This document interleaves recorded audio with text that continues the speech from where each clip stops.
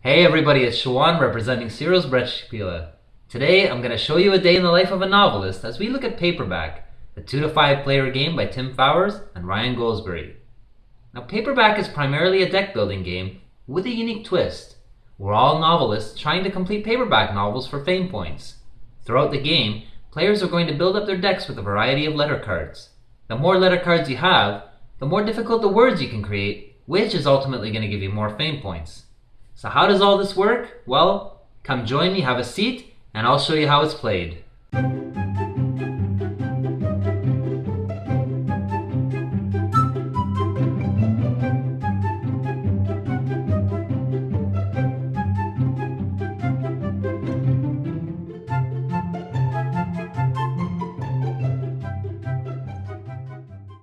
Here's what the game looks like. The only change to the setup is that the number of fame cards available will change depending on the number of players.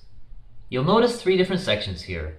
The main portion is called the offer, and this is where you'll acquire most of your cards. They're arranged from cheapest to most expensive. Also, each pile in the offer has 2 choices available except for the 2-cent cards. Here are the common cards, which you'll notice don't have a cost, and that's because you have to earn them.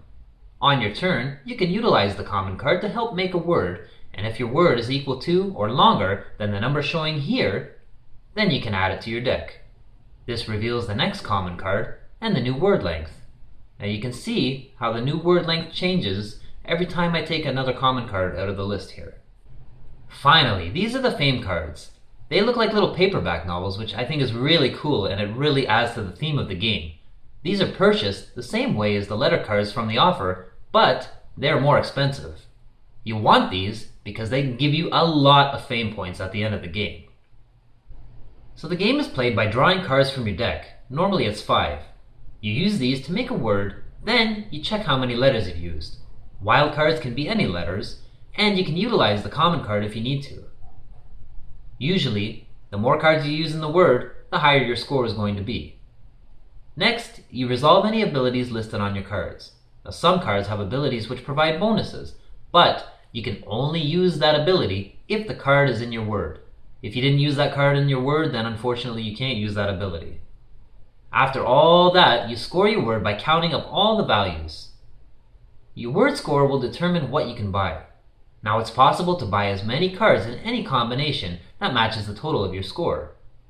The other option is that you could also buy a fame card, which is used like a wild, but it's worth a lot more points at the end of the game.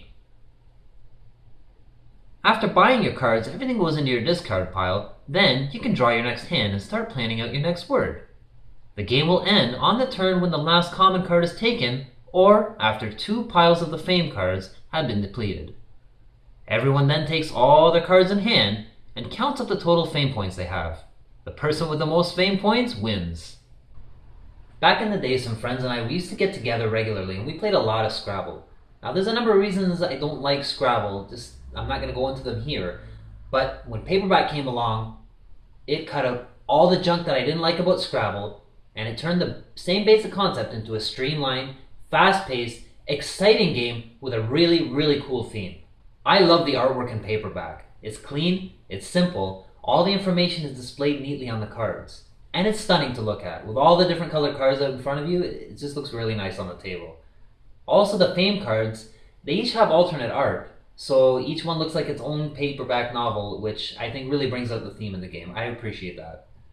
The game is very, very easy to teach. I've had great success getting casual gamers into the game, no problem. I mean, basically, if you know how to spell, you can play the game already. I love this game's unique feel. The deck building aspect in it works so well. It's kind of like combining Dominion with Scrabble. It works so well in this game. I think it provides excitement. You're drawing the cards off your deck, you're looking at them, trying to see what word you can create.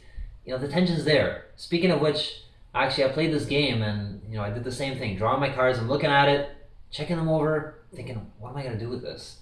And then it comes to me. Put my cards down on the table, Mennonites. I'm thinking, I'm going to score huge for this. Now one of the players looks at it and says, you spelled it wrong. I'm like, no, I didn't. Yeah, you did, you're missing a letter. No.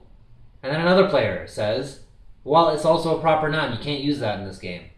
I'm like, oh. So I was way up here, and then just boom, right down. So yeah, the tension is there, the excitement's there. You know, you get those ups and downs, which I think it really gets people into the game. I really like that.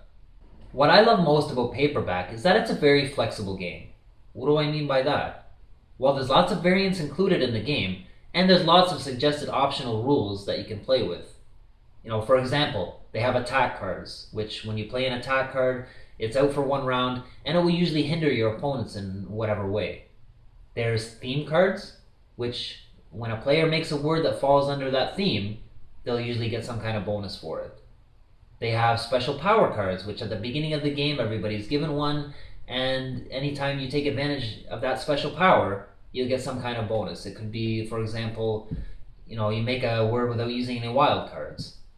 There is achievements, which you can put them out, I don't know, however many, and anytime somebody meets those requirements at the end of the game, they'll collect that card, and it's worth points at the end of the game. There's also a co-op mode, just to name a few things. So yeah, there's a lot of ways that you can tailor this game to meet your group's needs.